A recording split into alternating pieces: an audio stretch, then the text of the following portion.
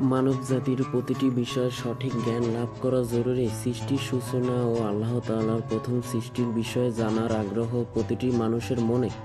এই বিষয়ে আলেমদের মাঝে বিভিন্ন মতামত থাকলেও কুরআন ও হাদিসের আলোকে বিষয়টি বিশ্লেষণ করা জরুরি। মহান আল্লাহ তাআলা সর্বপ্রথম কি সৃষ্টি করেছেন এই বিষয়ে আলেমদের মাঝে মত পার্থক্য রয়েছে। কেউ কেউ বলেছেন কলম প্রথম সৃষ্টি। প্রখ্যাত মুফাসসির ইবনে জারির তাবারি, ইবনুল জাওজি ও ইবনুল আরাবি রাদিয়াল্লাহু তাআলা এই মতের সমর্থক। অন্য একজন আলেমের মতে আল্লাহ তাআলা প্রথম সৃষ্টি করেছেন আরশ। আল্লামা ইবনে তাইমিয়া, ইবনুল কাইয়িম রাদিয়াল্লাহু তাআলা আরও অনেক আলেম এ মত পোষণ করেছেন। আবার কেউ কেউ বলেছেন আল্লাহ তাআলা সর্বপ্রথম পানি সৃষ্টি করেছেন। এই মতটি আব্দুল্লাহ ইবনু মাসউদ রাদিয়াল্লাহু তাআলা ও অন্যান্য সালাফ থেকে বর্ণিত হয়েছে। আল্লামা বদরুদ্দিন আল আইনি রাদিয়াল্লাহু তাআলা এই মতকে প্রাধান্য দিয়েছেন। যারা বলেন কলমই প্রথম সৃষ্টি, তারা নিচের হাদিসগুলোর দলিল হিসেবে উল্লেখ করেন। আব্দুল্লাহ ইবনে আব্বাস রাদিয়াল্লাহু তাআলা থেকে বর্ণিত, রাসূল সাল্লাল্লাহু আলাইহি ওয়াসাল্লাম বলেছেন, নিশ্চয়ই আল্লাহ তাআলা সর্বপ্রথম যে জিনিসটি সৃষ্টি করেছেন তা হলো কলম। এরপর তিনি কলমকে কিয়ামত পর্যন্ত যা কিছু ঘটবে তা লিখতে নির্দেশ দেন। এখানে উল্লেখ করা প্রয়োজন, হাদিসে বর্ণিত কলম দ্বারা সাধারণ লেখার কলম বোঝানো হয়নি, বরং এটি সেই কলম যার মাধ্যমে লাউহে মাহফুজ লিপিবদ্ধ করা হয়েছে।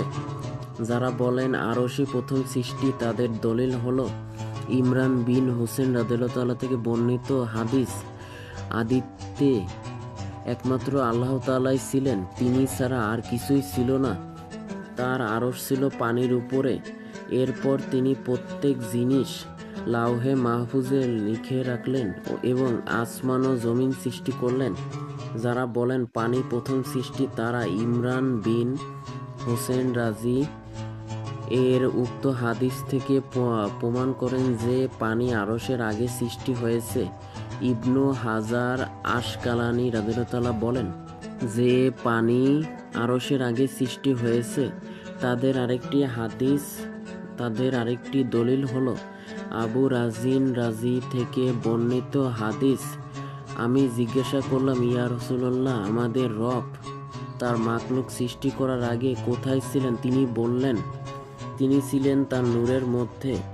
তার উপরে বায়ু ছিল না, নিচেও বায়ু ছিল না।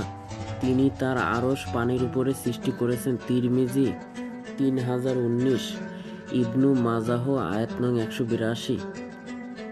উপরোক্ত আলোচনা থেকে বোঝা যায় যে আল্লাহ তাআলা প্রথম সৃষ্টির বিষয়ে আলেমদের মাঝে ভিন্ন মত রয়েছে। কেউ কলমকে, কেউ আরশকে এবং কেউ পানিকে আল্লাহ তাআলা প্রথম সৃষ্টি বলে উল্লেখ করেছেন। তবে আল্লাহ তাআলার সৃষ্টি প্রক্রিয়া সম্পর্কে